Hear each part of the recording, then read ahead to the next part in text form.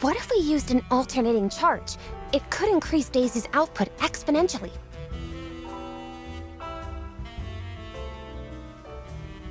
I suppose it's possible. However, you'll need an opposing resonance. Of course! We can start with datasets 13 through to 15, measure particle strength, and the... Oh, hi, Gia! The professor and I were discussing a new dispersal test. He was just telling me of a supplier who could... That's great, but it's not why I'm here. Remember Eli's red Aether? Somehow Marm's got her hands on it. A lot of it. It's how she's expanding her barony. The reminder shuts a blind over her enthusiasm. Her shoulders shrink, withering like a plant in a dark cupboard. What? How? It shouldn't have... Shouldn't have been what? Gotten out? You said that before, back in White Street. Where's this red Aether coming from? It's... Gia, I wish I could tell you.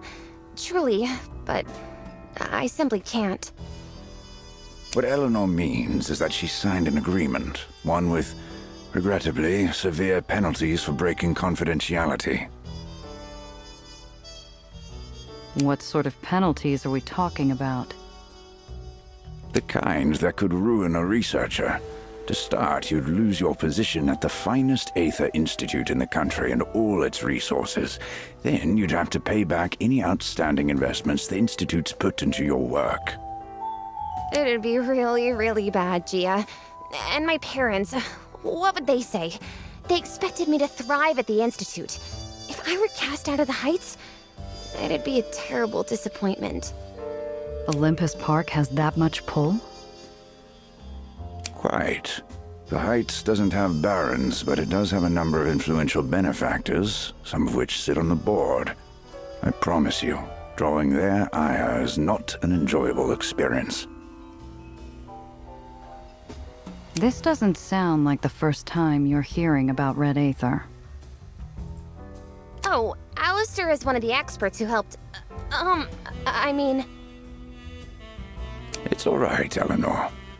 You're quite correct, Miss Randazzo. I'm familiar with red Aether and its applications, for better and worse.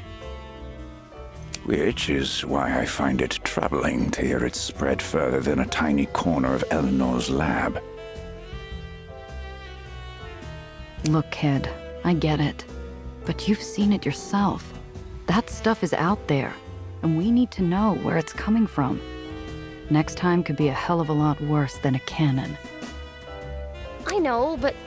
Professor, isn't there something we can do? Surely an exception can be made. Gardner smooths his hand over the table, regarding Nellie's plea like a puzzle short a corner piece. He finds the solution with a soft rap of his knuckles. Well, only one of us has clearance and tenure. If, hypothetically, I were to consult while you were away at the bar, you could hardly be held accountable. Oh, and order what you like. It's a business expense. Thank you so much, Professor Gardner. Oh, but what should I get? I usually drink soda or water, you see. Maybe something that takes a while to make. I'm confident you'll find something. Nellie flits off to the bar to learn spirits, leaving me with her mentor. Despite the clinking of glasses behind the bar and the stains on warped wood, the man looks at me like I'm a student in his office. How much do you know about red Aether, Miss Randazzo?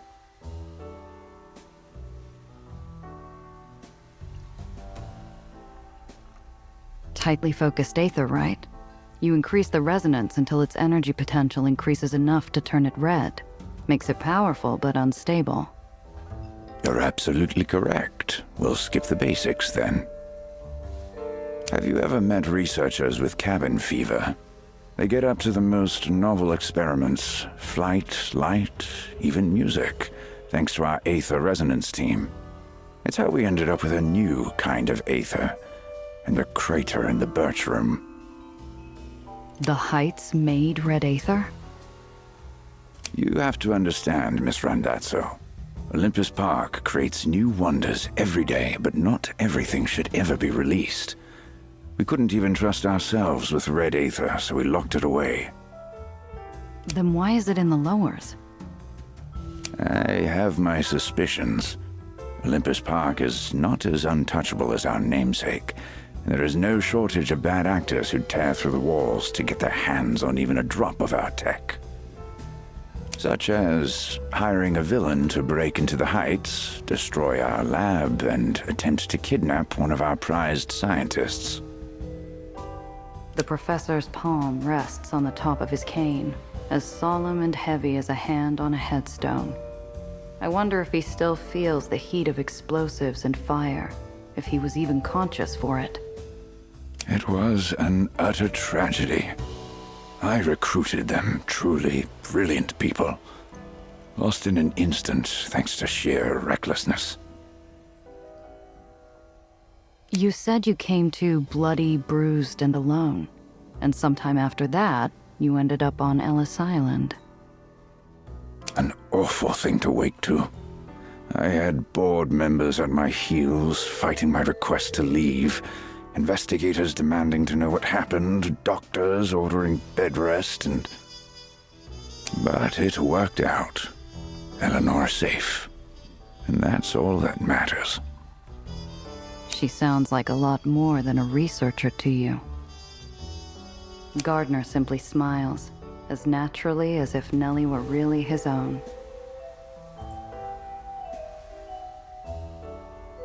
I've known Eleanor since she was 16. Her parents, lovely people, knew that they had a genuine prodigy.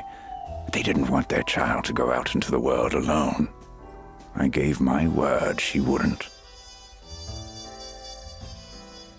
You said it yourself. The Heights isn't untouchable, and the gunman who started the fire still running around.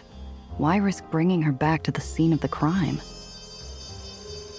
I'm embarrassed to admit I simply wasn't thinking. I'd finally found Eleanor. I'd heard war had broken out in White Street, and I thought, she's been through so much. Best get her home quickly. If you were in that much of a rush, what took you so long to find her? You obviously have resources. There's faster ways to find someone than planting coded messages in radio ads. You know the lowers more intimately than I, Miss Randazzo. Money, influence, and connections only go so far when half the baronies are in conflict. And believe me, I tried. A deep weariness drapes around his shoulders, made up of several weeks worrying. He looks to the bar, as though confirming Nellie was still where he'd left her. I'm aware I seem unreasonable. I came into your lives and nearly spirited Eleanor away without explanation. But wouldn't you do anything to keep someone you cared about safe? My mind places the shadowed streets and warring baronies against a kiss of sunlight from upstairs, and I hate that I see his point. There's a creep chasing Nellie. Black hat, scars, professional killer. Calls himself Dufresne. Know anything about him? Gardner's brows twitch downward, leaving furrows deep enough to catch water. I'm afraid I wouldn't. Arson and murder aren't quite my department. What about you, Miss Randazzo? Surely you and your friends have looked into him? Mostly through our run-ins. He said someone hired him to bring her home. Eleanor still has family and associates in the uppers. Perhaps not everyone was pleased when she left her old life for the Heights. Enough to keep Dufresne on the hunt? Someone like him isn't cheap.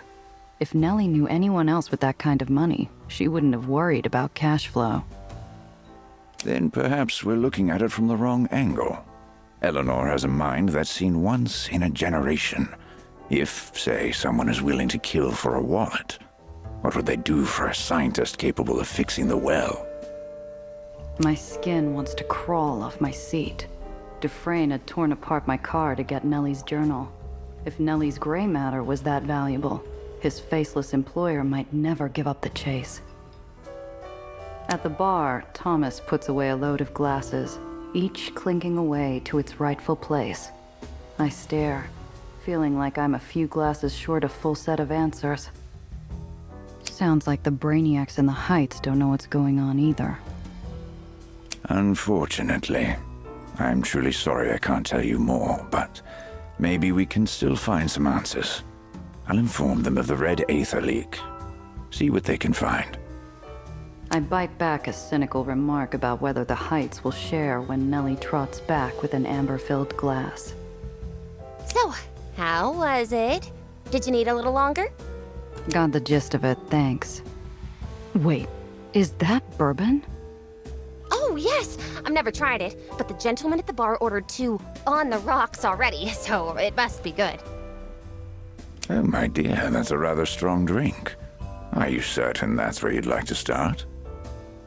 Oh, well, I'm certain I can manage, and it would be a shame to waste it.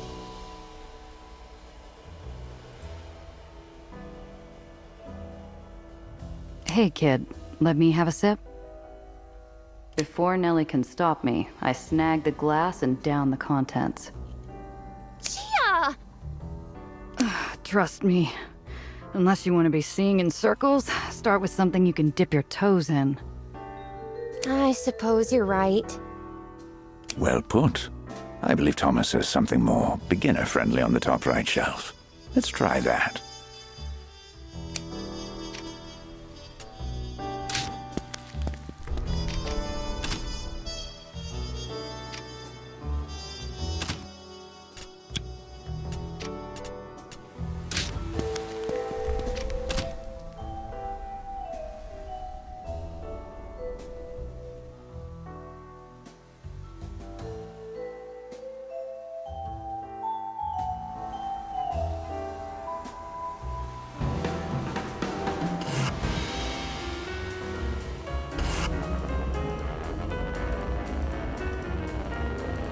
In the distance, repulsors start to fail over a Ledgman neighborhood.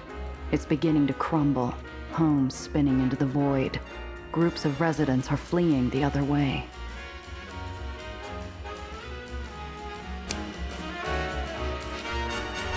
Over there, Luca. We've got to step on it. The place is falling apart. You're getting your comeuppance, Marty! This has gone far enough. What do you aim to do about it, Punchy? My worst. Let's see how you like it. It's time for you to have a little accident. The permanent kind.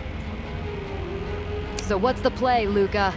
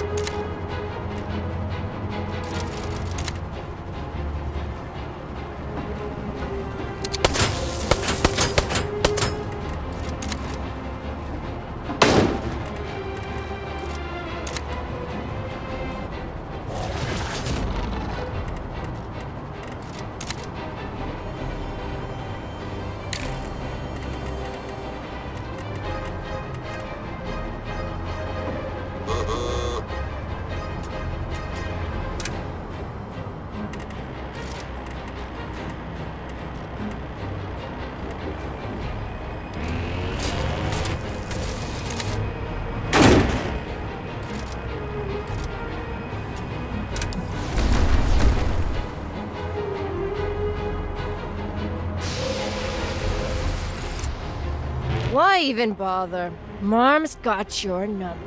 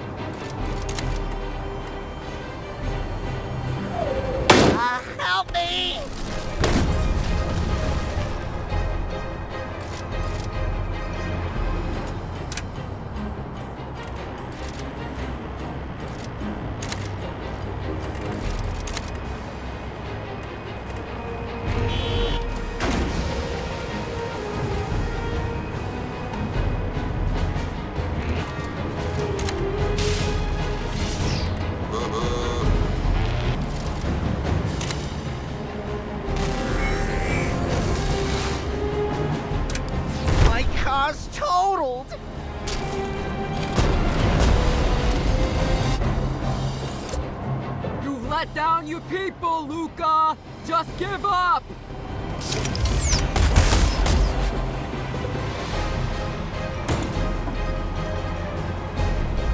Oh, applesauce! Look what you done to my fenders! Oh, applesauce! Look what you done to my fenders!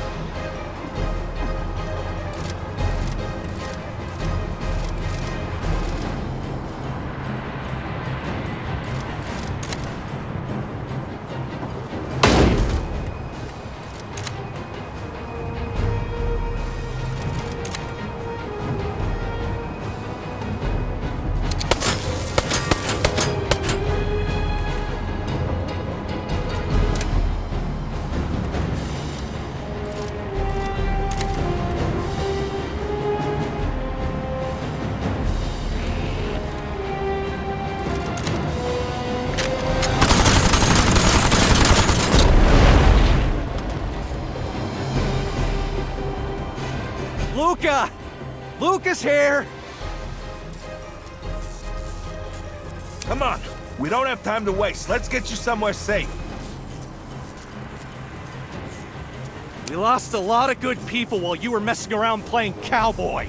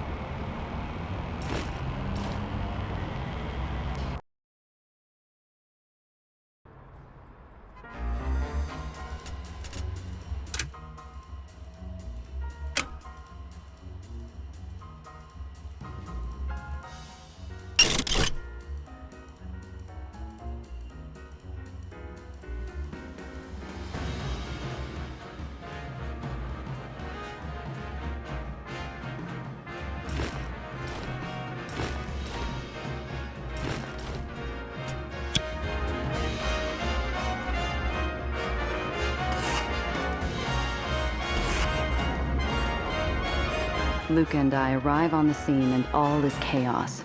A runaway truck filled to the brim with explosives is weaving back and forth. Fireballs erupt along the road as the crates spill out the back. The truck driver is slumped over his wheel, out cold.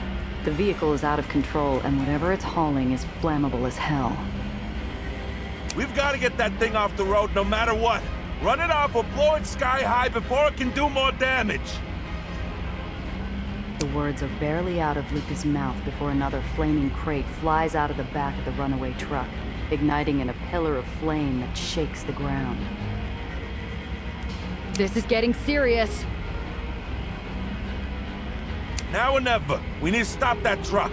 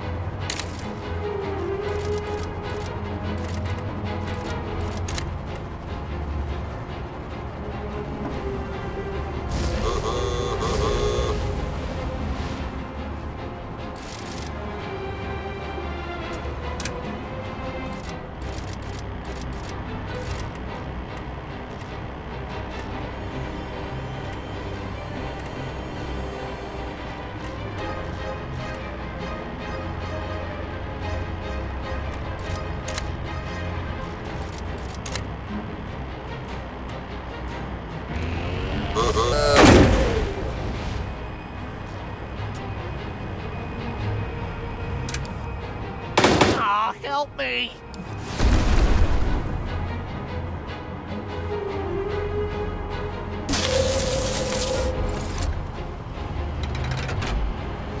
Aw, help me!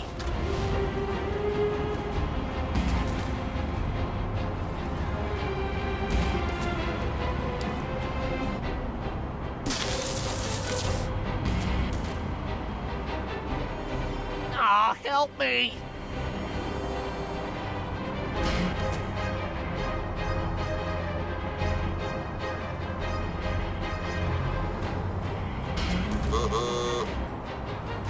Protect those civilians!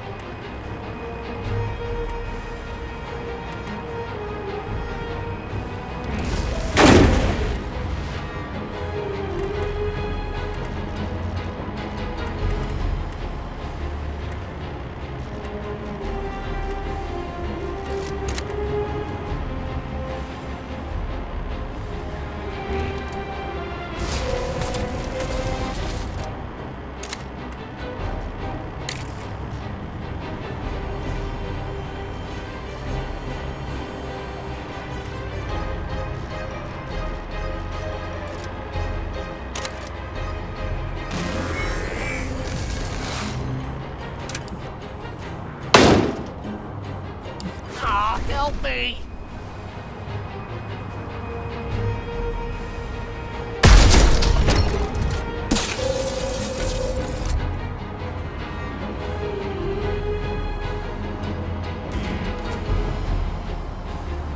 Hey, I'm still paying off this heap!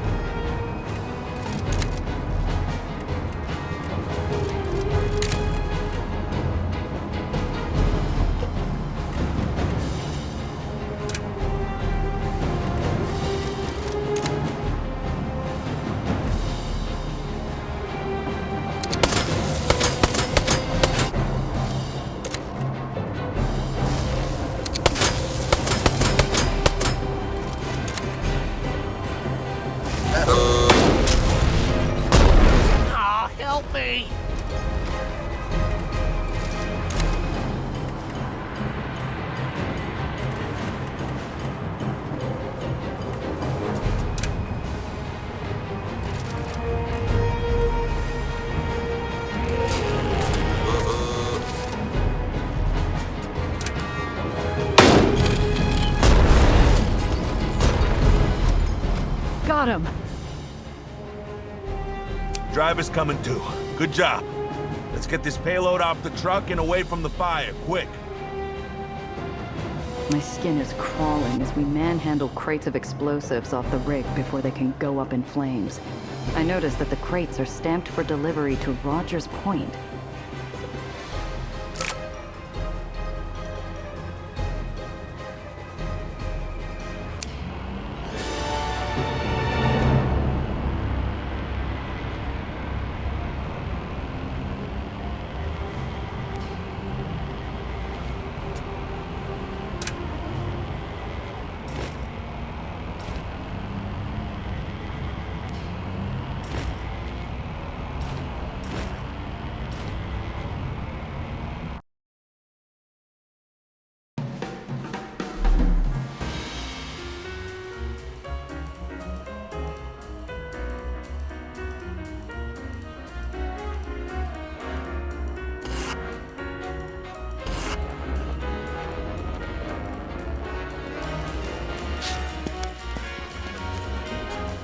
We enter Congress Hall, where Luca and the other officers call home. Cooking smells throughout are punctuated by the sound of children playing, of people talking in unguarded tones. Rapid footsteps announce a small woman with kind eyes who clings to Luca. The giant shares some murmured words with his wife. For the first time since we met, the lines on his forehead disappear. Oh good, I'm glad you made it on time. I hate when you work so late you miss dinner. After giving his wife a comforting squeeze, Luca looks up. He roughly swipes at some unshed tears before addressing me. I can tell I wasn't meant to see that. I admit it, little miss. I was wrong. You did good today. I'm glad you were here. Luke is a rare bird who practices what he preaches. A good man by any count. But I wasted a whole day helping with no profit. Was it worth it? I'm gonna go get us some food. You stay here with Diane. Take a load off. You've earned it. Luca changes his smoldering coat and hat for cleaner fare, kisses his wife, and is out the door. Thanks for helping Luca. Not everyone is a helper, you know. Sit a while, let's talk. I don't know Luca that well. I'd love to hear a story about you two. We met at a block party when we were kids. I was with a different boy who brought me sweets and flowers. Halfway through, I went to go talk to some friends from school. And? When I returned, I couldn't find my date anywhere. Eventually, I found him in an alley, kissing Susie Carpenter.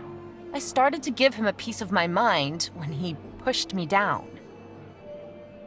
That's horrible. Out of nowhere comes this little fire plug of a kid, the Motzi boy from down the street. I had always seen him, but hadn't seen him, you know? He shoved my date, started swinging. Even back then? Even back then. He kept getting hit over and over and over, but he wouldn't back down. Eventually, he got in a lucky shot, and my would-be date left the party. And he asked you out then, right? Not hardly. Blood everywhere. Luca nodded at me like I was one of his buddies and left to find his brother. It took Luca a good 6 years to suck up the courage to court me. How about you, Diane? Everyone talks about Luca and his people. How do you keep this place going? Oh, well, where do I start? When I was younger, I wanted to be a nurse. My cousin was badly hurt in a fight with some countryside raiders using mustard gas left over from the war. Ugh, that's awful. He came to stay with us. I took care of him most of the time. His lungs were so bad, he could hardly walk more than a few paces. Couldn't talk. We wrote letters to each other in the same room. That sounds like a lonely way to live. Maybe so, But the experience taught me a lot about the value of kindness and hope. A little goes a long way, my mother always said. Lucas seems pretty invested in the Ledgemen. Was he always like this? You have to understand, he lost someone a while back. Someone important. He swore he wouldn't let us down, and he hasn't. But he takes so much punishment. It's a hard life. For some reason, I stop and think of Zio. Diane leans over and takes my left hand in both of hers. She offers me a smile free from guile or doubt. Lucas says you helped. That's what counts.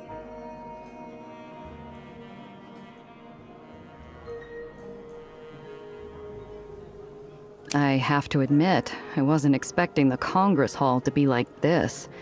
It feels like a home, not an old labor hall. Don't see much of that around. Just between us girls, home is where Luca really belongs.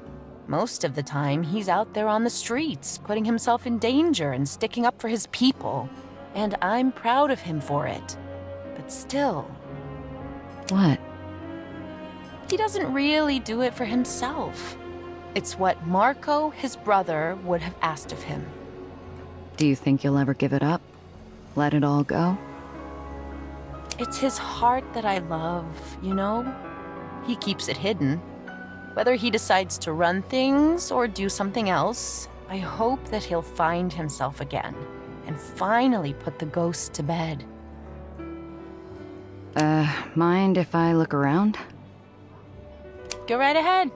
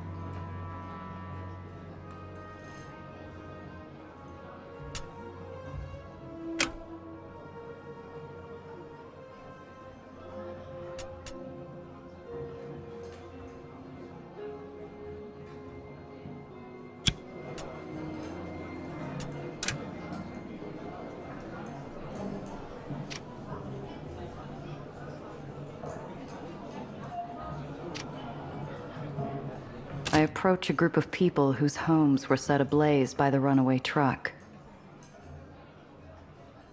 Is it okay if I sit here?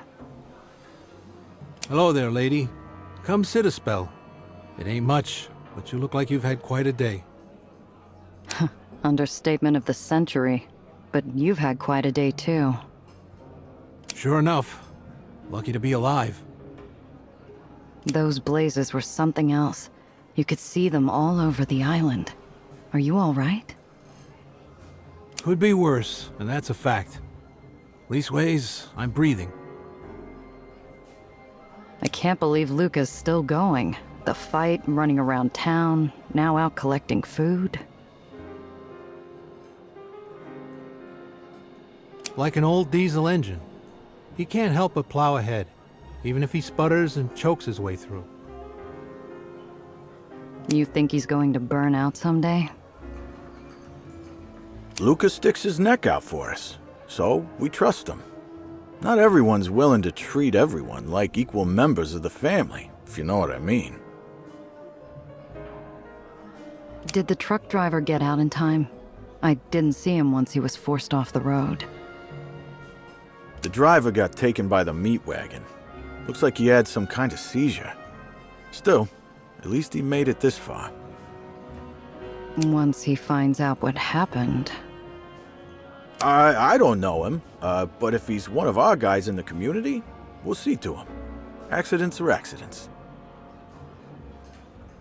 Well, now that you're safe, what will you do next? Luca opened the labor hall to us, but some of the other ledge men don't want us here.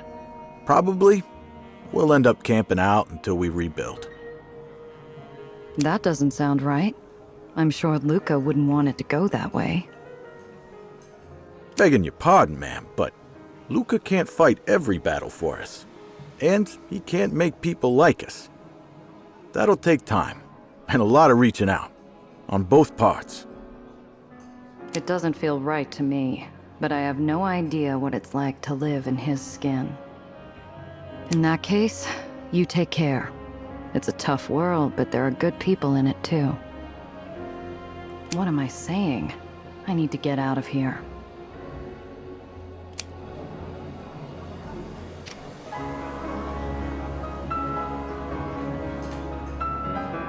A group of men are sitting around a table, knocking back drinks and talking about the fight. I recognize Jono and his cronies from the fight with the gunrunners. Evening, boys. Oh, it's you. What do you want? Why, yes, I'd love to have a drink. Thanks so much for asking. What a gentleman. I grab an empty chair and drag it over to the table. Two of the men reluctantly make room for me, their chair legs scraping loudly against the floor tile. You took a hell of a chance today. Everything panned out okay. No harm, no foul, right? If you say so. It took cast iron balls to go behind Luca's back for those Aether weapons. What are you after? Look, I think fast, I move fast. I saw an opportunity and I took it. I did it for all of us, not because I love the damn things. What do you mean? Look, these red Aether guns, they're out on the streets now. I don't intend for us to get caught with our pants down, at the mercy of some sleazy warlord just because we wouldn't get with the times. Thanks to Luca, if someone does come sniffing around toting his own set of Aether guns, we'll end up paying a higher price. You must have known Luca a while. Yeah, we grew up together. Was he like this when he was growing up, too? You wouldn't know it these days, but Luca was a happy kid. He always liked to scrap, but it was no hard feelings. Sure, he loved getting into trouble, but he was also the quickest to patch things up. Ever since, well, these days, he figures he owes for what he's done, see? There's nothing but hard feelings about who he is, what he's done. What he's done? What do you mean? Sorry, lady, but that's Luca's story to tell. If I were you, I'd leave well enough alone. Luca seems rough around the edges, but he seems to put a lot on the line for his people. Yeah, he puts his life on the line all right, but not because he's some kind of saint. I think he's counting on his luck running out, if you ask me. So he really does have a death wish? You sure about that? I've known the guy 20 years. He doesn't do what he does out of the goodness of his heart. He fights for us because he loves to get his teeth kicked in. Because he deserves it. You don't really mean that. Doesn't matter what I think or what he thinks. What matters to me is what he does, not why. He does his best to do right by us. That's enough for me for now.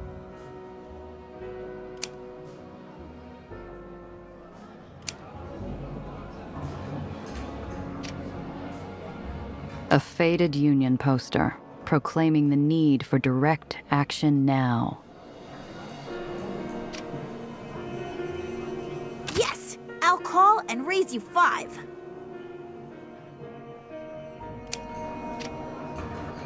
These are some of the people we saved from the crumbling chunk of the island. They've been given mugs of soup and blankets for now. How are you holding up?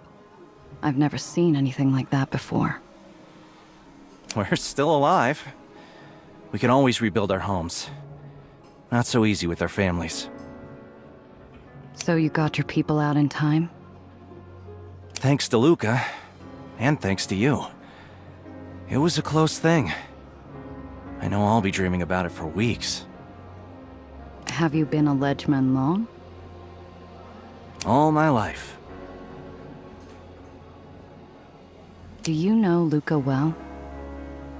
Not that well.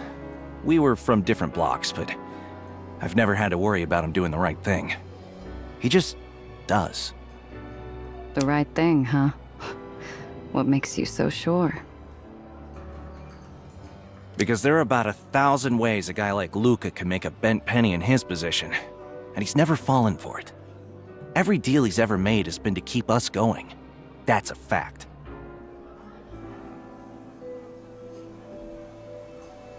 It sounds like a lot of you depend on him. I'm not sure it has to do with us. It has more to do with what he thinks his brother would have done in his place. He can't let that go. His brother? I can't tell you about that. He wouldn't like it. But I'll tell you this for free. He wouldn't have rested until he did all he could for us. Even if it meant his life. Especially if it meant his life. Hell of a thing to do after that beating he took. I thought he'd drop before he got us out of there. I worry about him. But I would worry even more about us without him.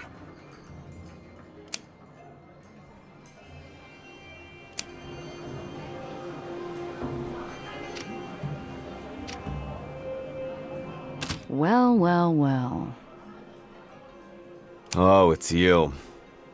I don't want to talk to you. It's strange hearing such a petulant tone from a lean, muscled dynamo like Dom. It's like he's a little boy pretending he doesn't know what he did. Surprised they let you in here, seeing as how you're a traitor and all. Lady, you don't know nothing about union business. Do you have to harp on me?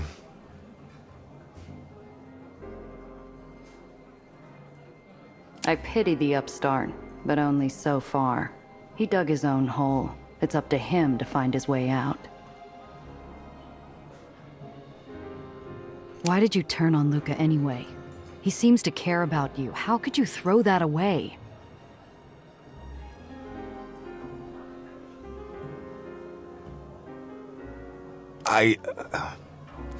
The Does said Luca wasn't going to be around forever. Said I could be better than him. Partner with Mom. Guess I really screwed up. What did she offer anyway?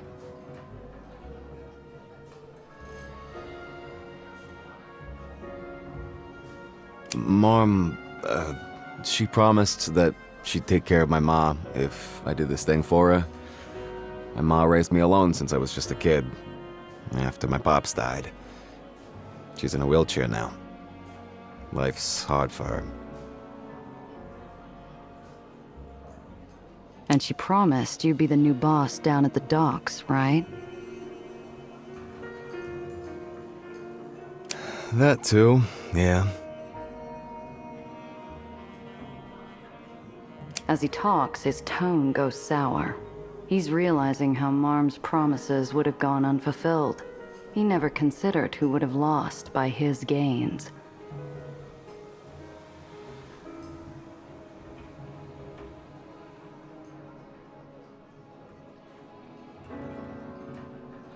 Want some advice from someone who's made plenty of mistakes?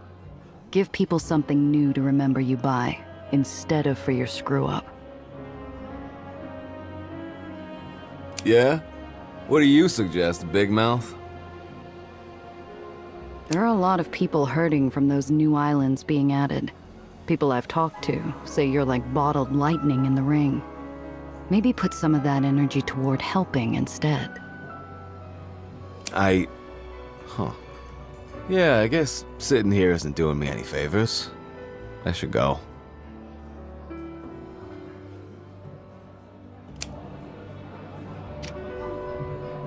The half-pint kid loiters in front of the phonograph at the center of the room, fidgeting. He eyes the phonograph's crank and sighs moodily.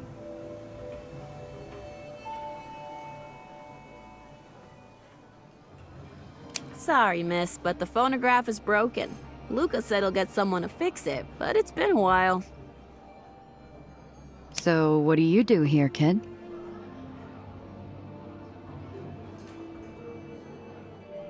I keep the player cranked. See what the mood's like in here, change discs to match. It's a good job for a guy like me.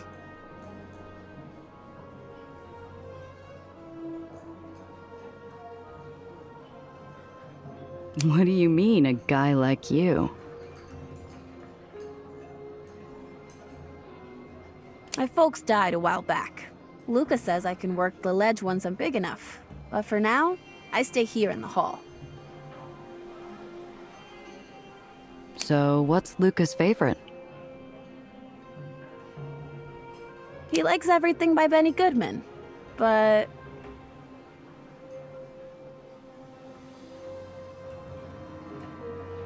What? when he thinks I'm asleep for the night, he sits and listens to classical music. Impressionist stuff, like Debussy. Sometimes I sit on the stairs over there and watch him listen.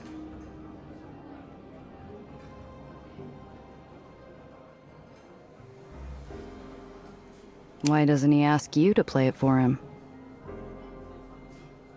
He gets lost. He just sits there and looks at his hands for a long time. I don't think he likes anyone seeing him when he's like that.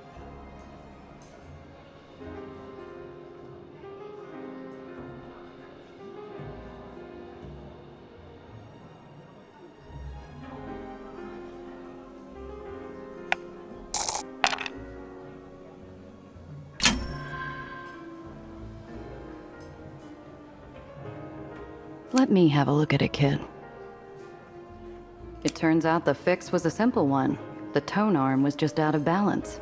A few minutes of fiddling and beautiful music poured forth. Say, thanks, lady. One of the fellas brought in this album for me since I'm a fan. But I think you earned it instead.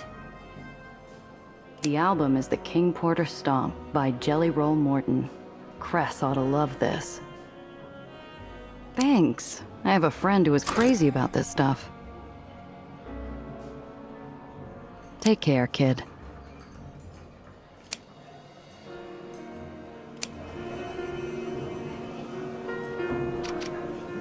A grainy photo of two boys at the shore, probably on vacation. They look alike enough to be brothers. The taller one has his arms slung around the shorter one's shoulders. The half-pint kid loiters in front of the phonograph at the center of the room, fidgeting. He eyes the phonograph's crank and sighs moodily. Sorry, miss, but the phonograph is broken. Luca said he'll get someone to fix it, but it's been a while. Take care, kid.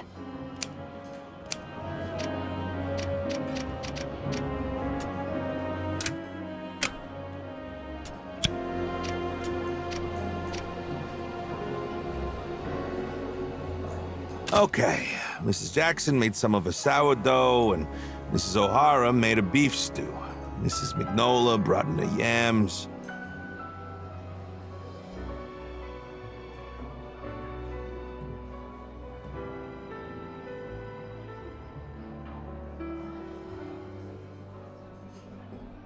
Great.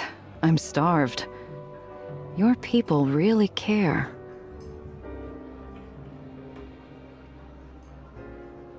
I can't stand it anymore, keeping my cards hidden, talking around the subject. I have to let down my guard, just for a few minutes.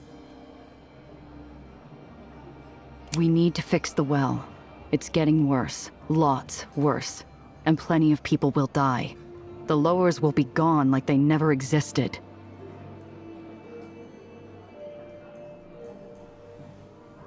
Over whispered tones, I give Luca everything. Nellie, the underground, the heist. I had to. There's no world where I hold back and he joins up. And if he says no?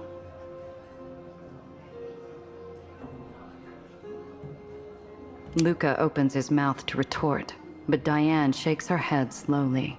She takes one of it. Diane leans over and whispers to Luca. He smiles, the first I've seen on his face. You're right. She reminds me of him too. Before we go any further, I need to know something. Why don't you just leave? Just pull up stakes. Nothing's keeping you here, right? I swallow hard, knowing my next words must be chosen with perfect care.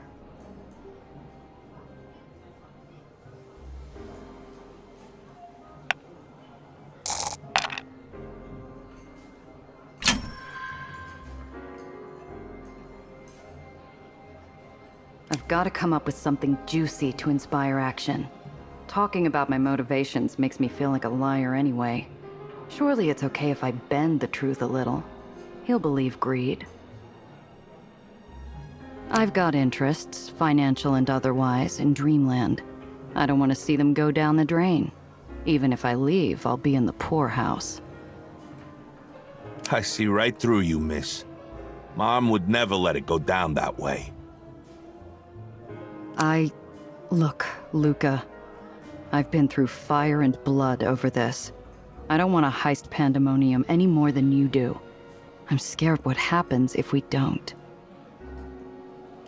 Okay. I don't think you're telling me the whole truth, but there's something to what you're saying. Diane nods to herself, then stands up and pours us cups of coffee. Luca folds his hands, eyes looking into the middle distance, contemplating.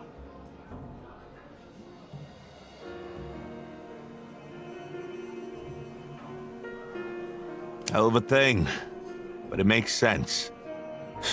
Anyone who was around when Lady Liberty went down the hatch. Down in our gut, we knew the well would be a problem, one day. So will you help? I can't pull this off without you.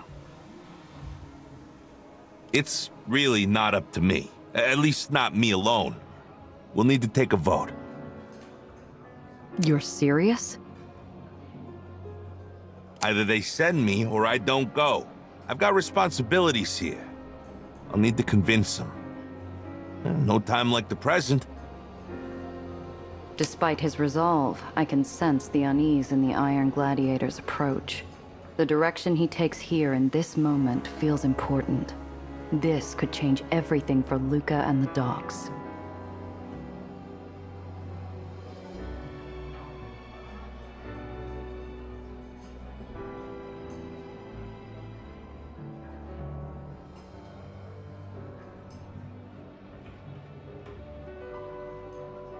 Luca, these people will fight for you, but they need to follow you into a future. Be more than the guy who puts out fires. They need a man of vision. Do you know what you're asking? You've got to let the past be the past. You can't ever make up for it or change it. You have to move on. Luca slumps back in his seat, head bowed. Diane walks over and puts her arms around him. He reaches up and touches her hand, looks up at her. Their eyes meet. I would follow you, Luca. We all would. I think everyone here would, Luca.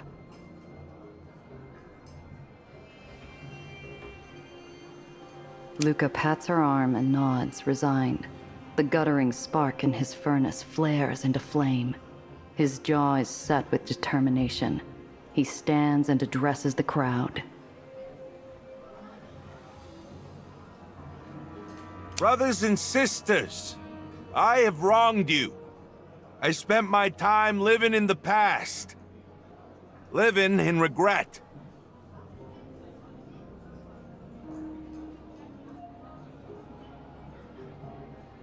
I have acted as if the future is not as important as the past.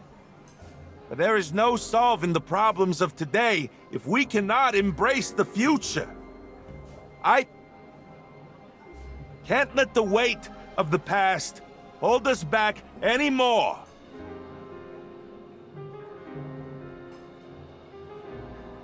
The crowd stirs. Clearly, they were not expecting Luca to speak this way.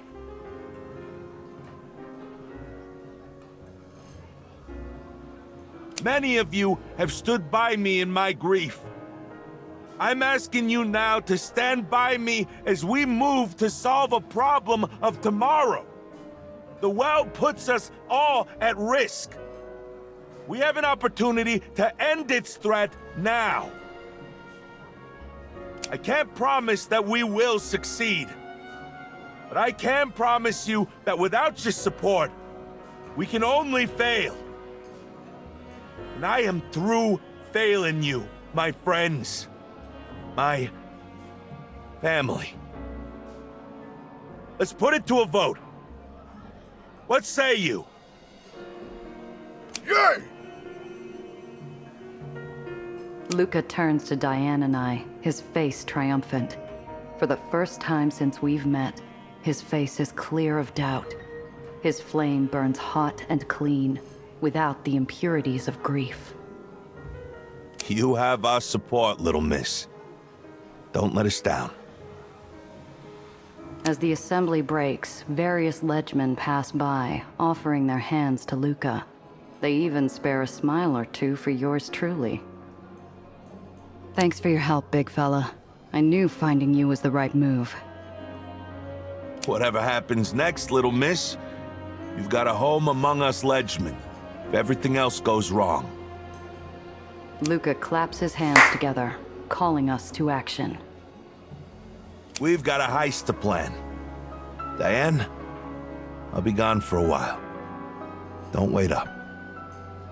Come home soon, dear. Be careful out there. We need you.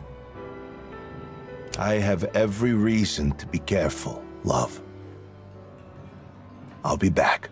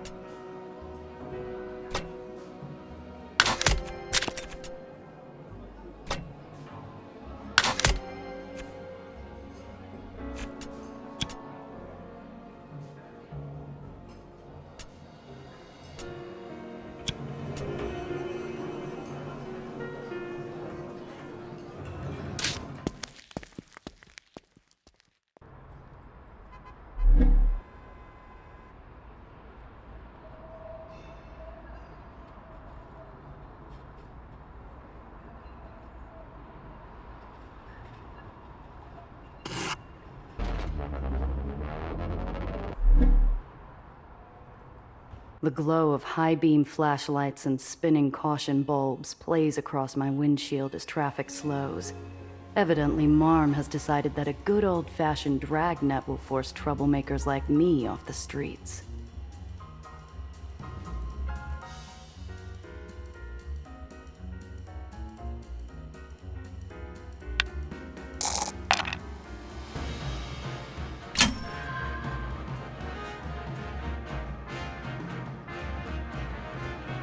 The car in front of me passes the barricades, and I pull forward, flashing the guard a friendly smile as I roll down the window.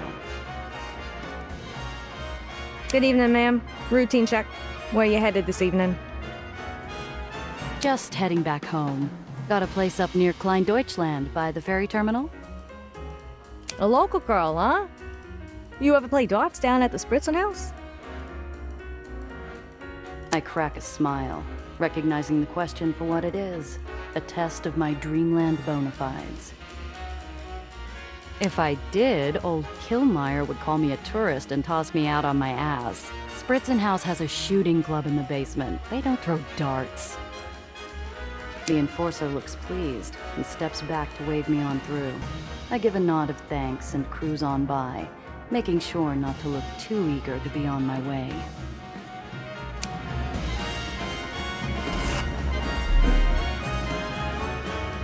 Clouds of industrial smoke twist and writhe on the horizon, partners in a fleeting dance. A voice crackles in over my radio. Hey, I gotta pull off for a minute. Everything all right? There's a big crowd over here. I'm gonna check it out. I'll join you. I loop the block and pull in behind Luca. He's already out, standing on the edge of a crowd gathered around a young man shouting passionately from the top of an ancient oil crate. And that's why we can't give him an inch! Apprehensive brows and shuffling feet drown out the few approving grunts that come sporadically from the assembled men, dressed mostly in working clothes and dirt. If we don't stand up now, they'll keep us down forever! You can count on that!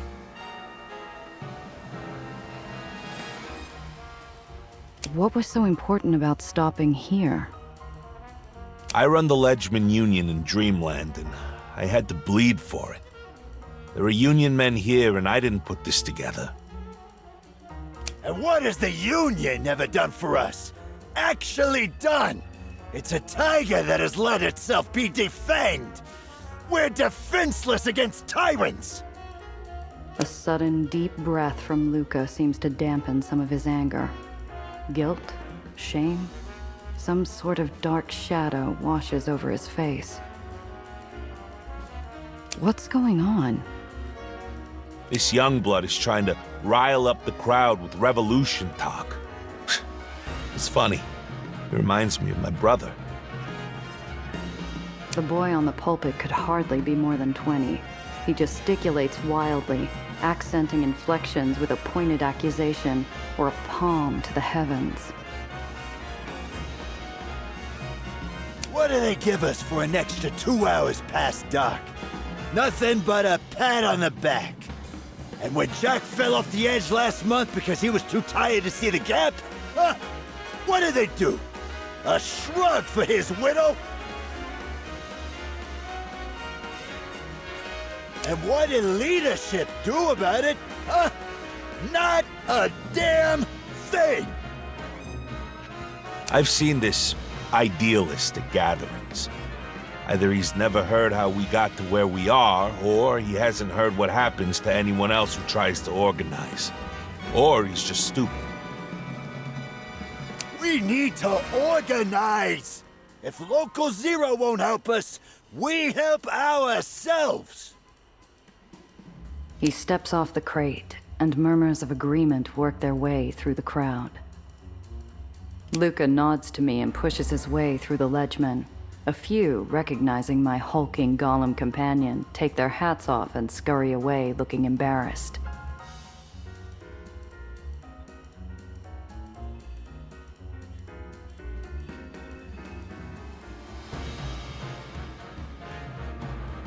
The boxer has a grim look on his face, enough to cause those around us to part like water around a dreadnought. Hey, kid. We need to talk. The young firebrand turns, sweat shining on his face from his excitement. On seeing Luca, his grin takes a dive off the island's edge.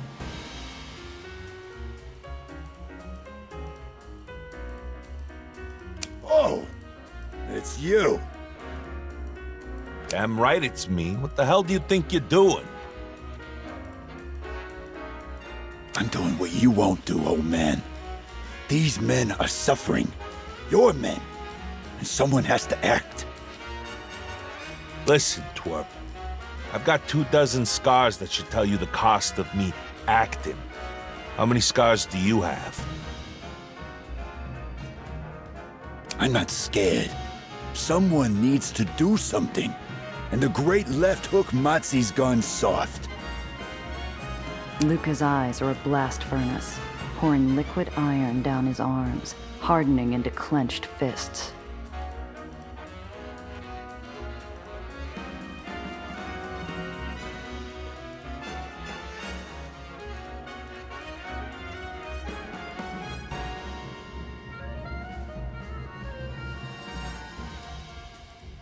I subtly touch Luca's shoulder, hot with molten blood. He relaxes, the fingers of his clenched fist straightening. You don't know the fire you're playing with, son. Stop this madness before you and everyone who follows you burns. Like I said, soft. The firebrand gives Luca a sneer, then turns on his heel and storms off. Or runs. There's more than a little fear in his movements, facing off against the old bruiser. We're leaving. Luca turns on his heel and storms away, like the boy. But there's no fear in his pounding stride, only anger. 30 furious paces and we're back to the sidewalk. Luca puts his hands on the roof of his car and looks down at the pavement between his feet. You all right? Fine. The muscles in his arms are springs under tension, curling tighter as he stares at the sidewalk. I'm glad I kept him from exploding on that kid, but I don't want to be in his radius when that fuse finally runs out. The boy really touched a nerve, huh? The way you reacted, I thought he'd stabbed you in the gullet. That stupid kid. He... Luca fishes a cigar from his pocket, and the next time he speaks, he's a steam locomotive rushing through the fog. He reminds me of Marco. Your brother?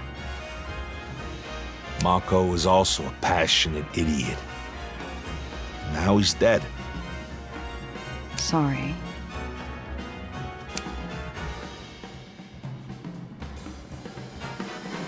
You told that boy a minute ago he was playing with fire, just by organizing?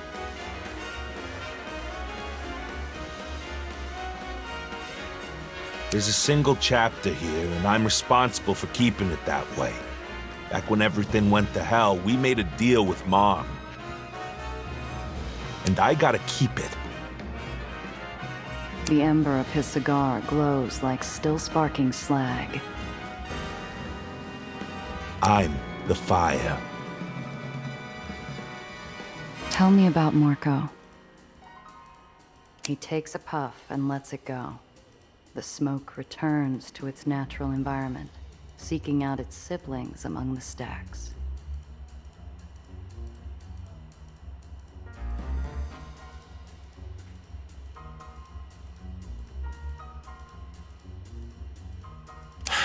Marco was a good kid. Too good for his own sake. We got into the Ledgemen's Union at the same time. That was back before there was only the one left. Marco tried to bring them all together, unionize the unions, so to speak. Stupid. I don't get it, Luca. How do you square what happened to your brother with enforcing for Marm?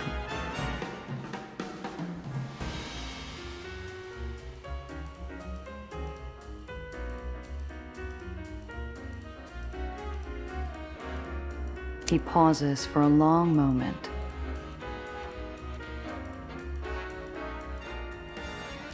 You willing to make a short stop on our way to the next place? Maybe. Depends on why.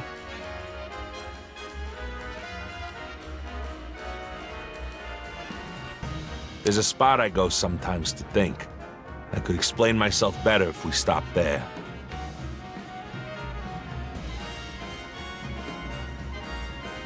I can spare a minute. Lead the way.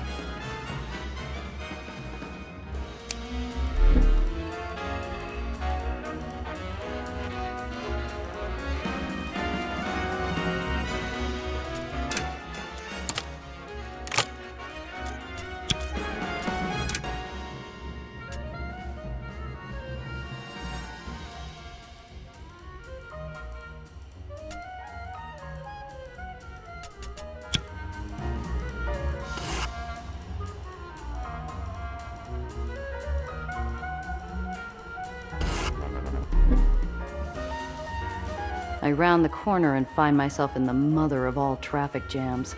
I strain my neck to see what's causing the gridlock and spot a number of Marm's finest have cordoned off the road ahead.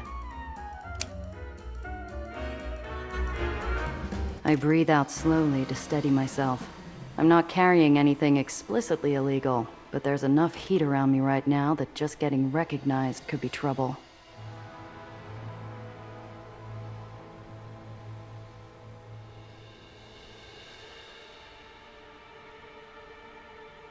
The car in front of me floats past the barricades, and I idle forward slowly, making an effort not to look jumpy.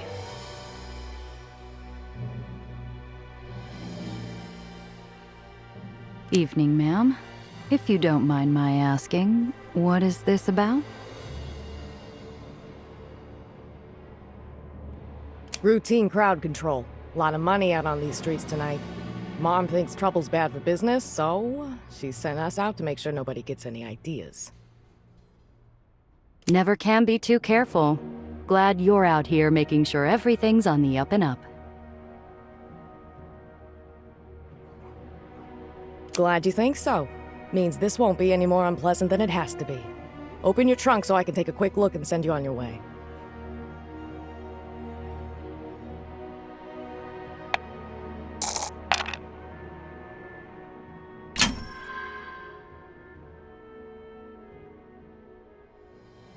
Look, the fat cats who party in this part of town hire girls like me to help sneak their social lubricant past the checkpoints. Can you turn a blind eye for the sake of letting a girl keep her job? The enforcer looks implacable for a moment, as if trying to decide how full of crap I am. Then she sighs. You get caught by one of the others, you better not mention this. I want to keep my job too. Not a word, sister. Silence is golden.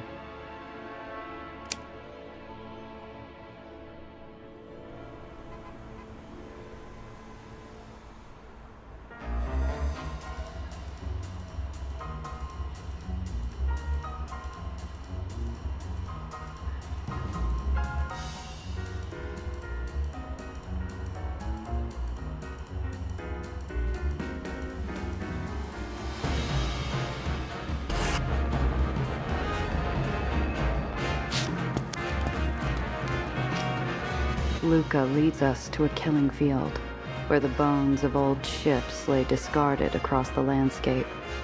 Rusty blood dots the forgotten skeletons. No monument to mourn their passing. We grew up here, on the docks. Dad damn near died here. Guess we all did once or twice. Luca stops, looking off toward the horizon. He stands there a while, looking at everything and nothing. Those that did. Some were lucky to have something to bury. Others... Luca motioned solemnly to a concrete platform, worn smooth by years of exposure. Fist-sized stones are scattered over the surface, faded letters on a faded tomb. Is this a memorial to your brother? Best I could manage. Back when... You know.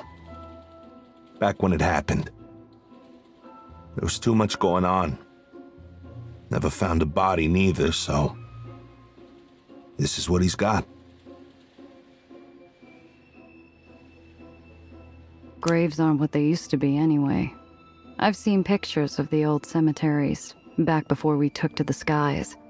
Rolling fields of grass and trees, as far as the eye could see. I can't really figure it. I think Marco would have liked that, though. All the green. Stone and iron's all we ever knew. He always wanted more, though. Looks like some ruffians got in again and knocked down the memorial. Some of the rocks are missing, too. Help me fix it?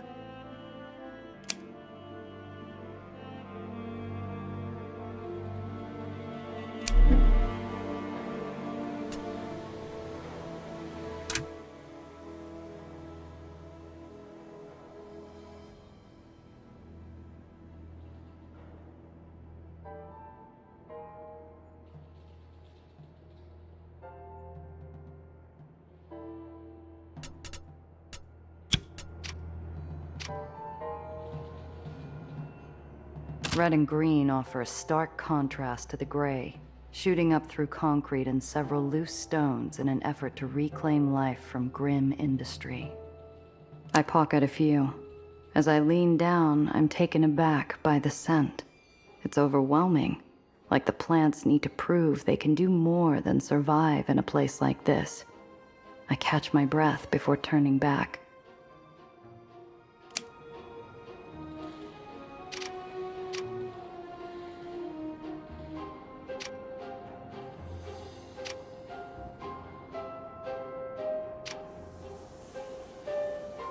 A large tarp held down by stones along the edges. Impossible to say what it's covering.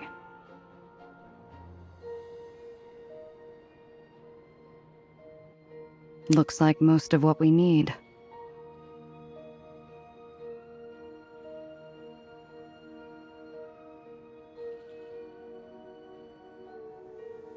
I pocket the stones, holding it down. A breeze passes, and the tarp tumbles end over end across the yard.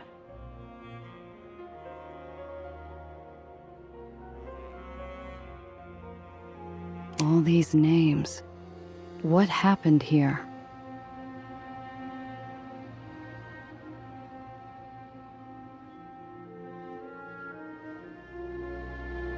That's why they shut down the place. Moorings here were never worth the steel they were made from. The barge got loose one day. 48 ledgemen.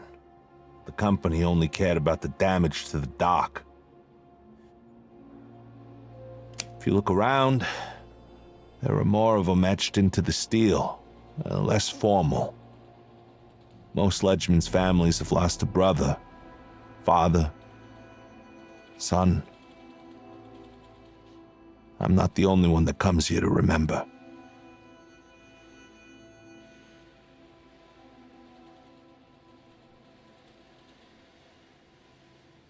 Who needs rolling green hills? This is a better memorial to the men who spent their lives here.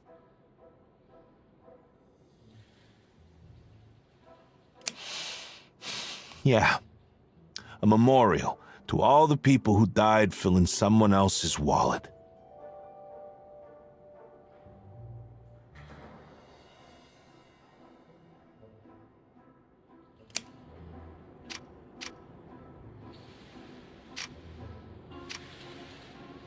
"48 names, all victims of a single day, and a fence walling off their memories from passers-by. Just how things work."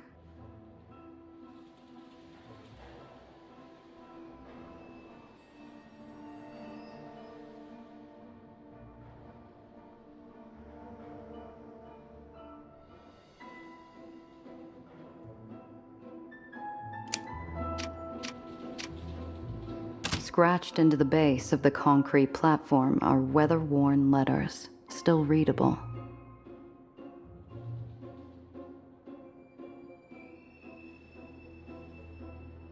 Huh. What does this mean? Dove Mako? After he went missing, Ledgemen around the barony carved it everywhere. You'll still see him around if you look. Sounds familiar. Not everyone heard. A Union troublemaker goes missing. Who cares outside the men who knew him? Could have just fallen off the edge. Happens every day. I take it that's not what happened.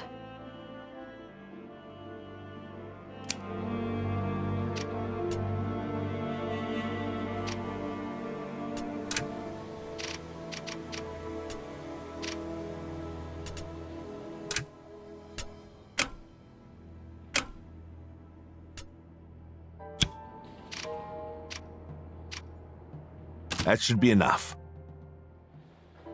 He takes the stones from me, completing a small pyramid above the letters, still asking where Marco is. He leans back to consider his work. You picked a dramatic place for his memorial. This is the last place anyone saw him. Ledgeman strike back in 22. Marco up here yelling about coming together, making the boss his answer for our raw deal. So, how did you find out he was gone? It took me longer than I care to admit.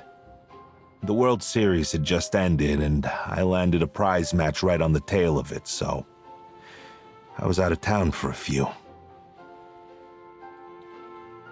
Come back, look around the docks, ask where the hell he's gone.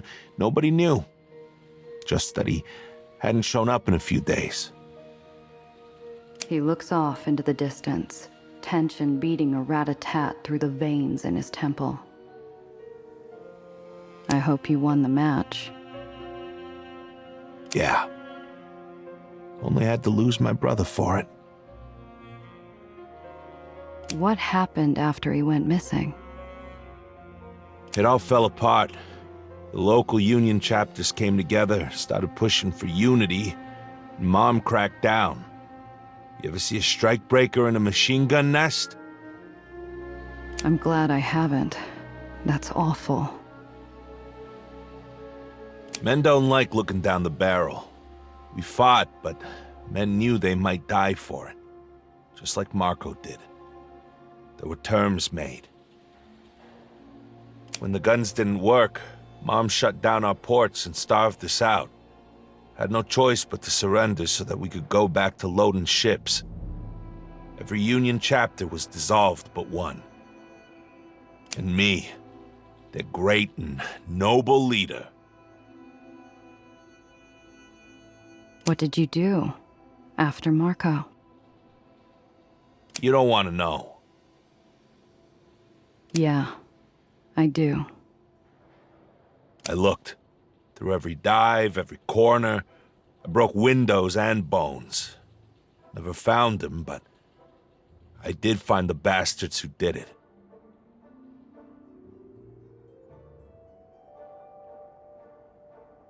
His hands flex, strangling an invisible neck.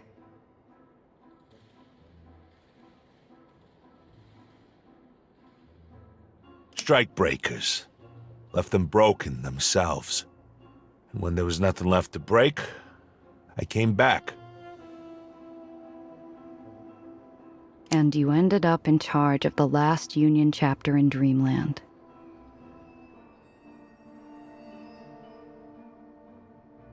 Once I dried the blood off my knuckles and saw where I was, I swore never to let another man die like my brother. I got it in my head to speak up about it, and men listened, so they made me president. The hothead earlier, I'm guessing he's a lot like your brother. damn near a mirror image.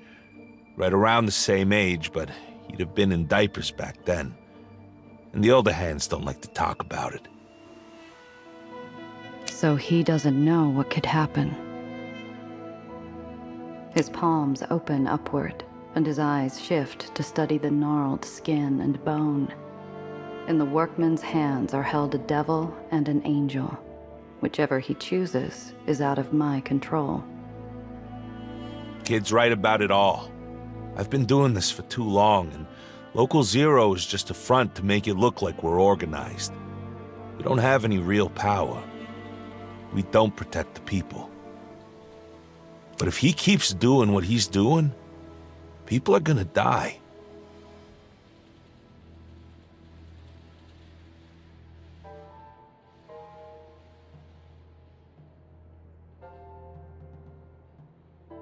Do you think Marco would have been okay with where things are?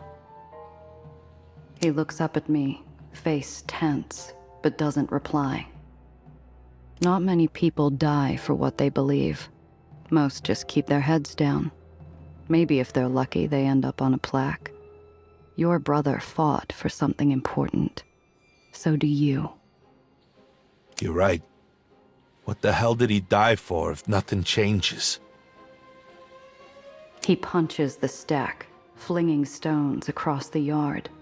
His fist comes back bloody, fresh iron to match the rust all around us.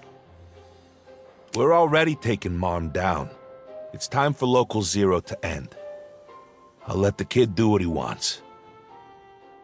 I think Marco would have appreciated that. Yeah, he would.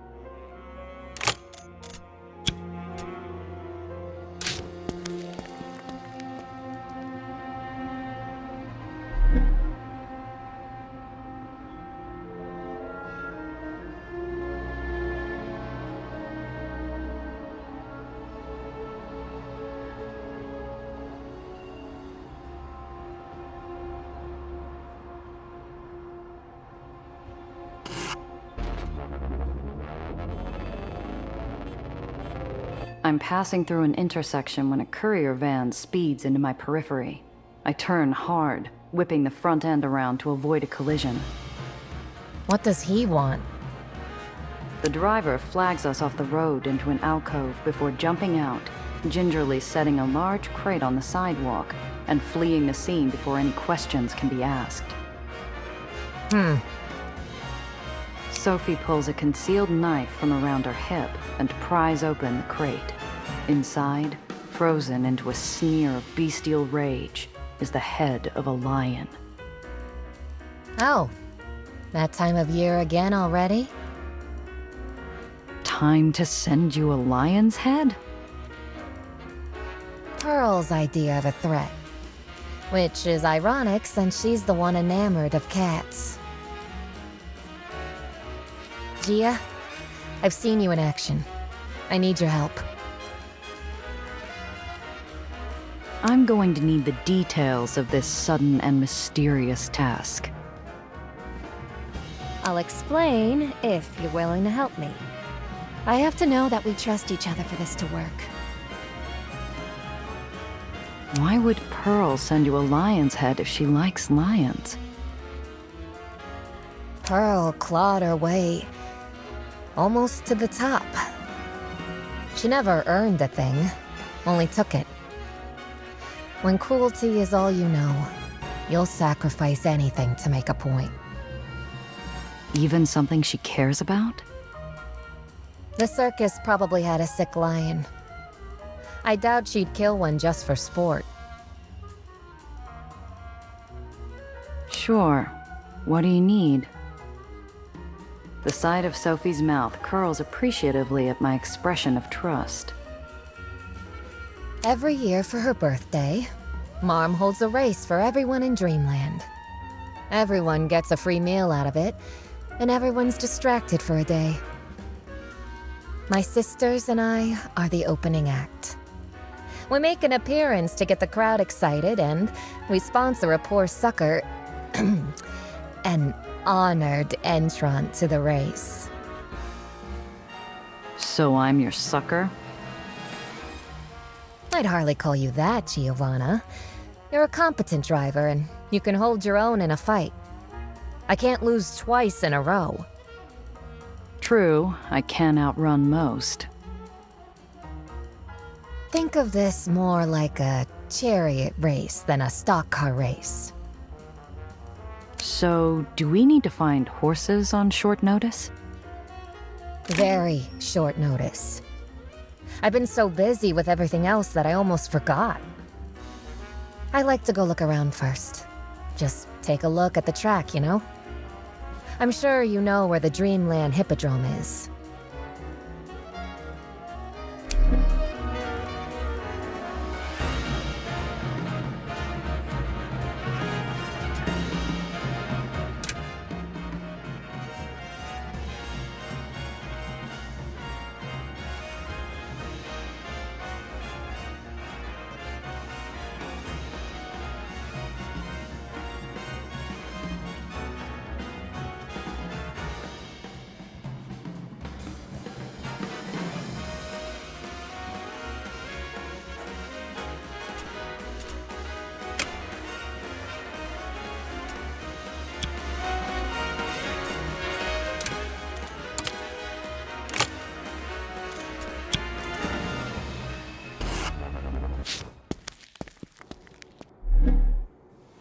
All right. There shouldn't be anyone around but a few vendors setting up. Marm's private box. I can't imagine we're supposed to be here. The space is lavish despite its simplicity.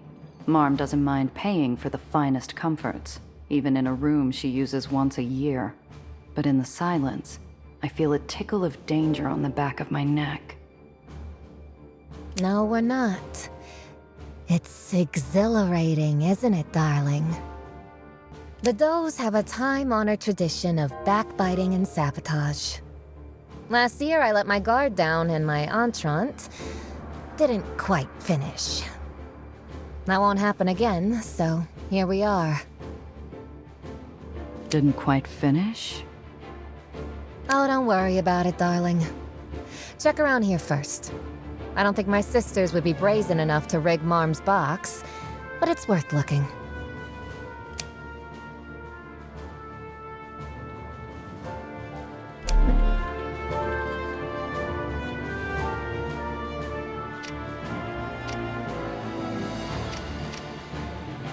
A bottle of wine sits unopened on the table.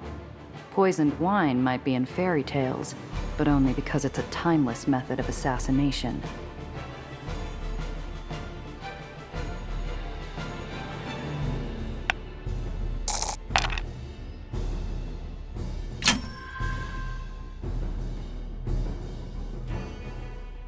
The seal's intact, no signs of tampering. Rivière de Fou, 26 vintage.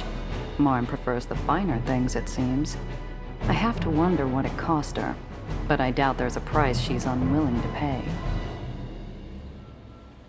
Bottle seems clean. Good. Would be criminal if anyone dared ruin it. Bordeaux was abandoned to the wasting in 27. And there will never be another bottle. Are all your sisters sommeliers? No, darling. But they're all aware of what happened to the last lieutenant who ruined one of Marm's private stock.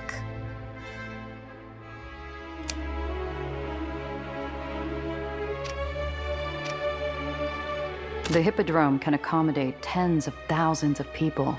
Will there really be that many in attendance?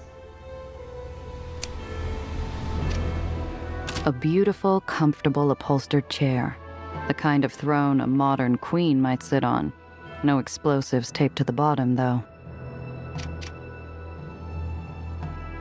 My eyes trace over ornate gilding, sliding along the path of woven silver to the mic's connection at the back of the receiver.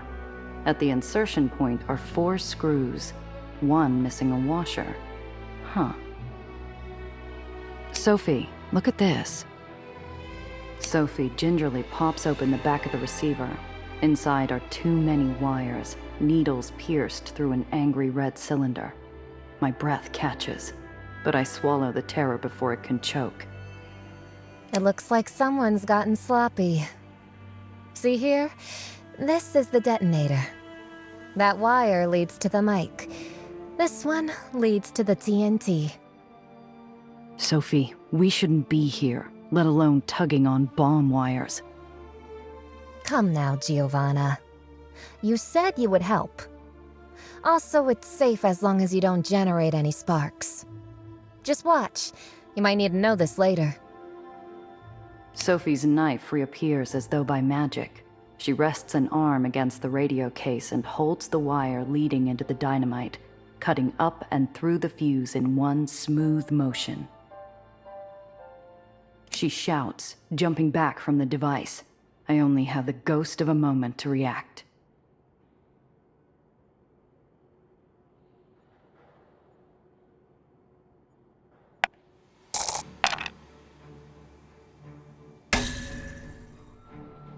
An explosion may be fast, but I'm faster. Or I would be. As I turn to dive, my foot catches the corner of the radio receiver's base, and I wind up sprawled on the carpet. 2 seconds pass like an hour before I stand up. Sophie looks back at me with a grin. Would you look at that? I guess I didn't make a mistake after all. I thought you'd plant one on the rug? I just wanted to see how you'd react to danger. You've got the right instincts, if not the right execution. I feel a rush of anger as I get to my feet. But anger is a distraction, and distractions get you killed when you're finding dynamite in radios. A few deep breaths later, my eyes open to glare at Sophie. Next time you do that, plan on me socking you one in the kisser. Oh, I always plan on taking a hit. It looks like we're safe from the big one today, though. We should get out of here before anyone shows up. Come with me down to the garage. Sophie leads us down to a dirty garage. Oil chokes the air with an acrid undertone of blood. Come take a look at these beauties. Along one wall of the shop rest 4 brand new cars, festooned with gaudy flash and glitz. They look like they were designed for a parade, or maybe some angry circus clown's revenge. Sophie runs her fingers over the wheel well, an expression on her face like rapture. She turns back and smiles, genuine pride apparent in her demeanor. They really are beautiful. I can tell someone put their heart and soul into the design. Sophie is a beacon, joy and pride illuminating the space between us. I'm almost blinded by her light as she tosses me a set of keys. I'm glad you think so. This one's yours. If you survive the race, you keep it. Why not my own car? I'd probably make a better showing in something I already know. It helps keep things fair. Every contestant gets one. I don't like the way you just said fair. All's fair in love and death races. I can hear crowds filtering in. We should get ready.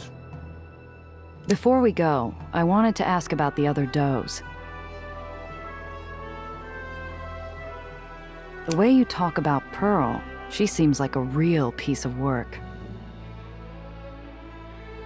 That's one way to put it. Pearl views everything as a game of dominance. She covets my position as Marm's second-in-command, and believes she's stronger than me. Is she? Gia, darling, what a question. Pearl might beat me in a fistfight, but she lacks any subtlety. An effective leader commands respect through both fear and love.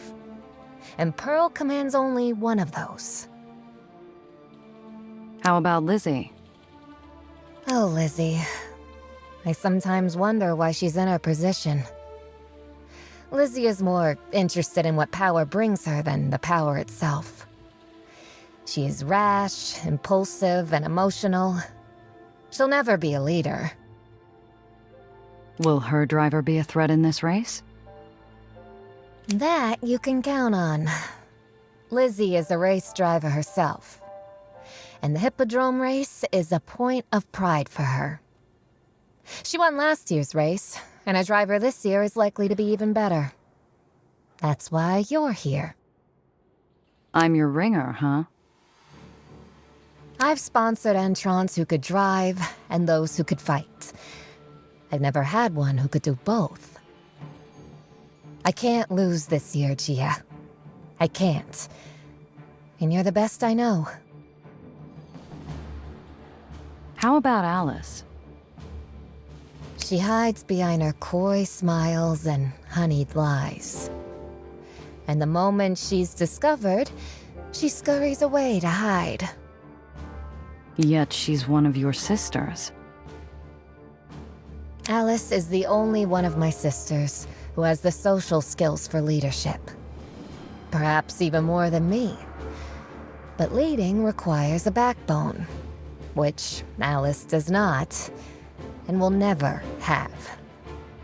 Sophie's insults betray a respect for Alice, perhaps even fear. I know enough. Good. Let's go.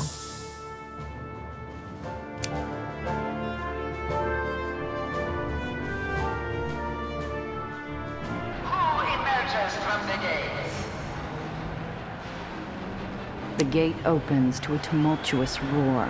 The car shivers with the buzz of 100,000 voices, all intent on what they've come to see.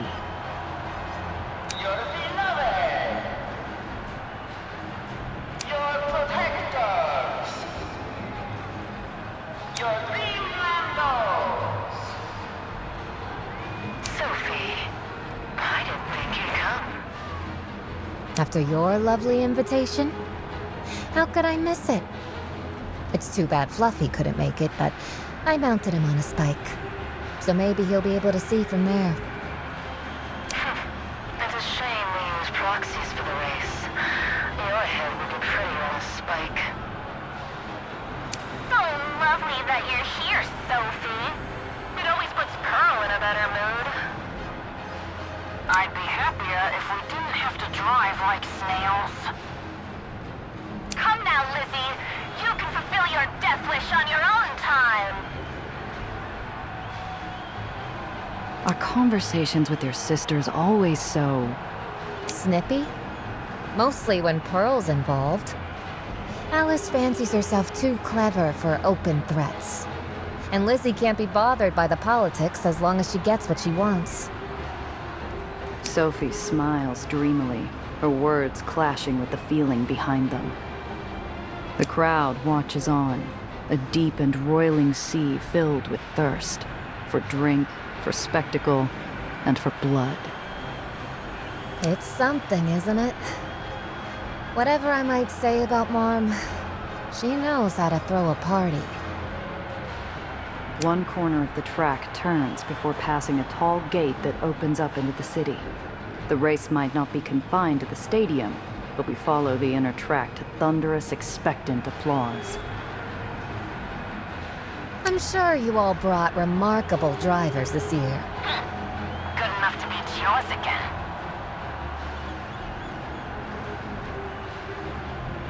Oh yes, I hope you found a replacement for your last driver. If I remembered right, she didn't make it. At least my last driver knew how to handle a shifter. Yours looked like someone had filled her tank with mud.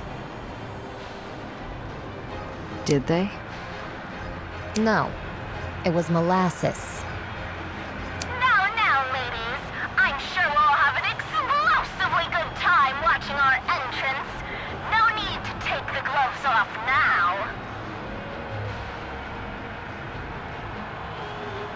Lizzie's laughter comes over the radio, followed by pregnant silence.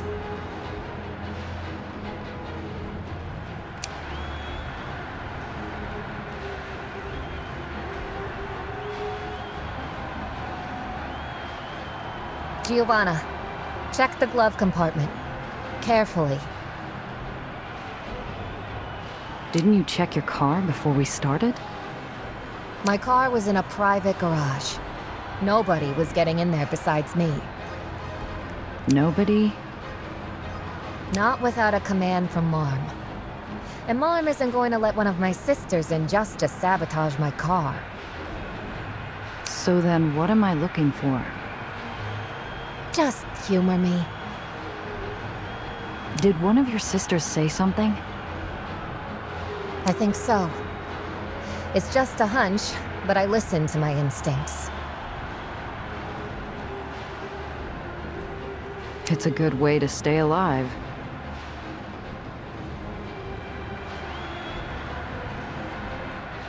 Looking at the button on the glove box, I think back to the wire leading into the microphone earlier.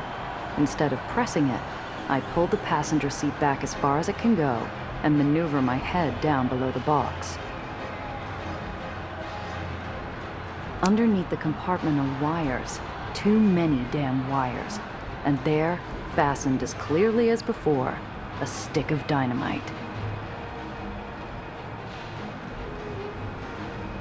It's wired up to blow us to Kingdom Come. Here. Remember what I showed you? If you're careful, we'll get out of this alive.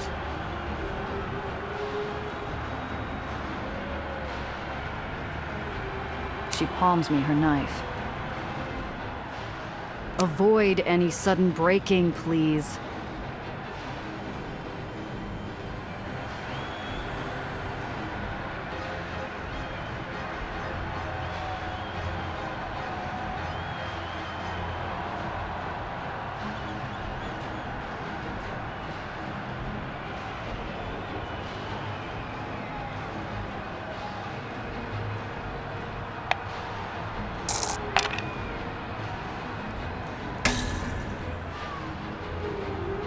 I grip the wire with my free hand and line up the knife. Breathe in, breathe out. I bring it flush with the wire, aiming for a single cut. But I'm too worried about it, too conscious of my cut. The blade catches, and I pull on the wire with my free hand to compensate. I feel the dynamite shift against the tape. I only have a second.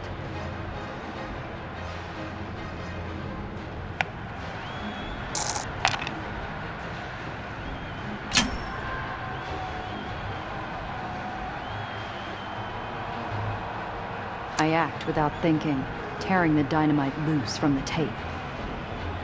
Gia! What are you?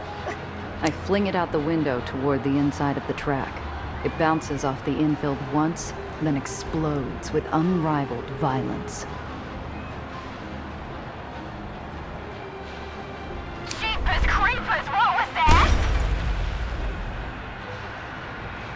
All the color is drained out of Sophie's face and hands, but she recovers quickly enough to reply.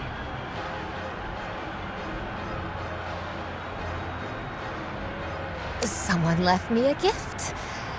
My driver has no respect for birthdays.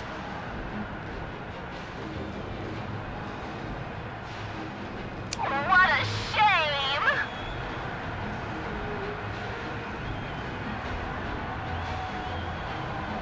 And what a gift that would have been. Next time, open it and save us all some trouble.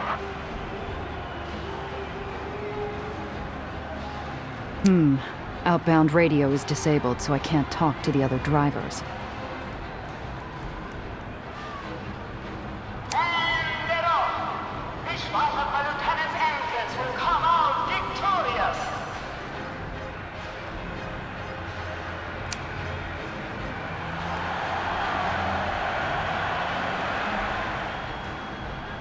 This whole thing's not about us. Not about Sophie or the other does either. This is all about Marm and the attention she demands. Well, let's see if I can steal the show.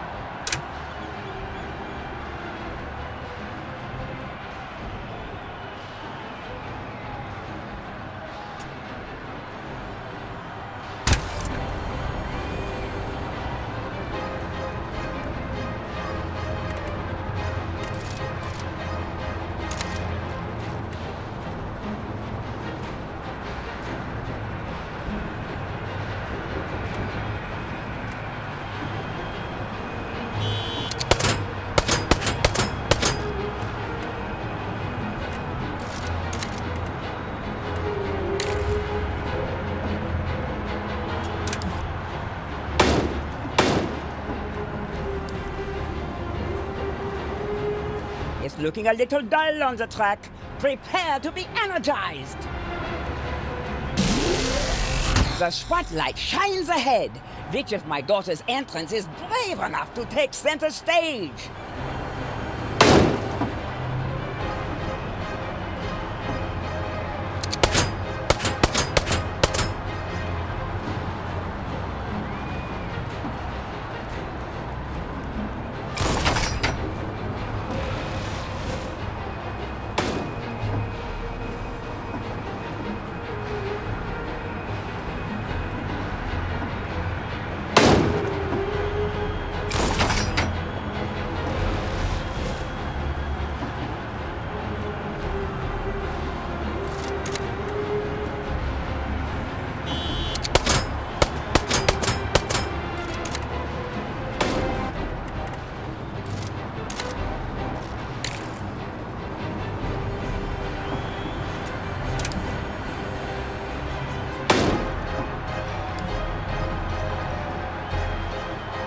Stretch out your trigger fingers, drivers. It's time for an old-fashioned shoot-up.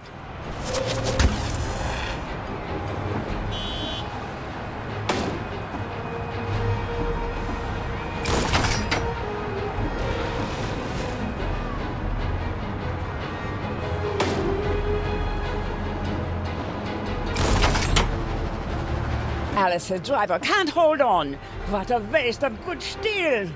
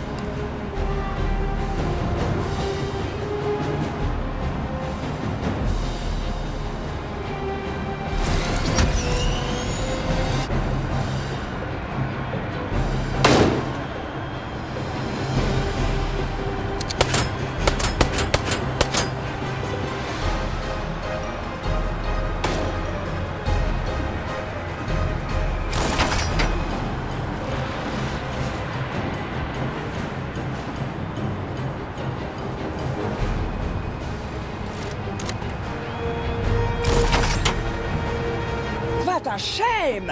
Pearl's entrant has taken a dive.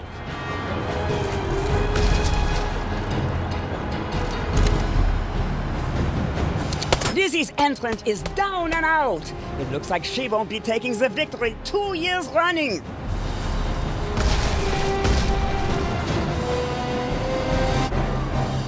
There, last one left. I wonder if I win a prize. Not the sort of prize I had in mind. I pulled to the side of the track. The smell of nitroglycerin hangs metallic in the air. Or maybe the smell is something else. What? What happened? The cheering has turned to screams, drones flying away in every direction. There's an entirely different sort of spectacle in the stands, but the people have gotten the blood they thirsted for after all. Ladies and gentlemen, please remain calm. Could we have missed one? It doesn't make sense. The perpetrator of this terrible deed will be caught and punished. Have no fear. This attack on Dreamland will not be allowed to go unanswered. This is a doozy of a time for a speech. Get out of there. Meet me outside. And that is why, with my leadership, we will spread the will of Dreamland across the sky. The extremists will soon find that they too love the freedom of...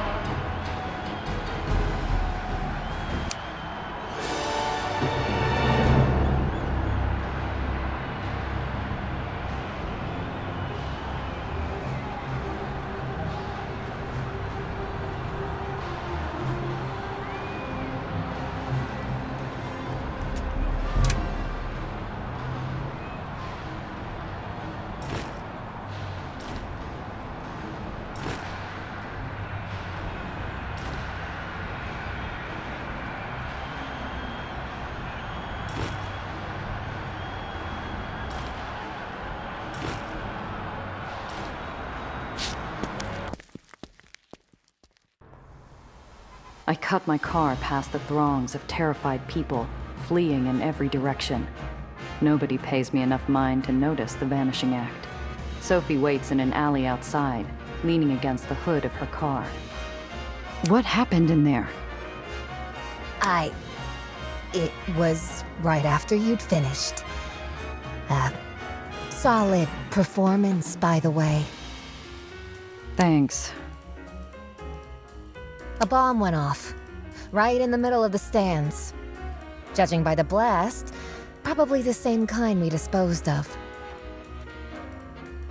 But why would one of the does want to kill people in the stands?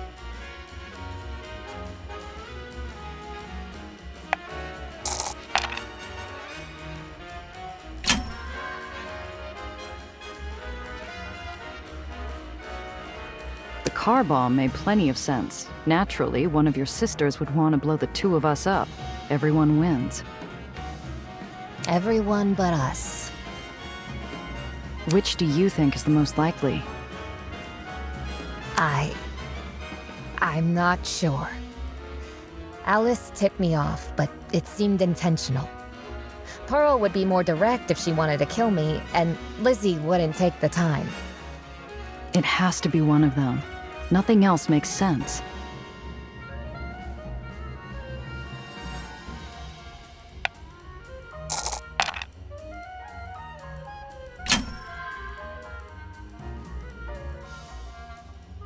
The bomb in Marm's box. That could be one of the other does trying to take her out, along with her top lieutenant, in one fell swoop. That's what I would do.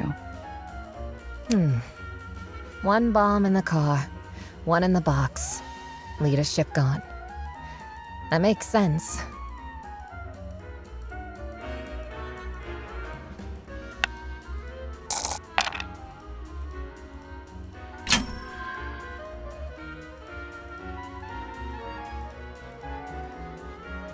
The audience attack doesn't fit the pattern.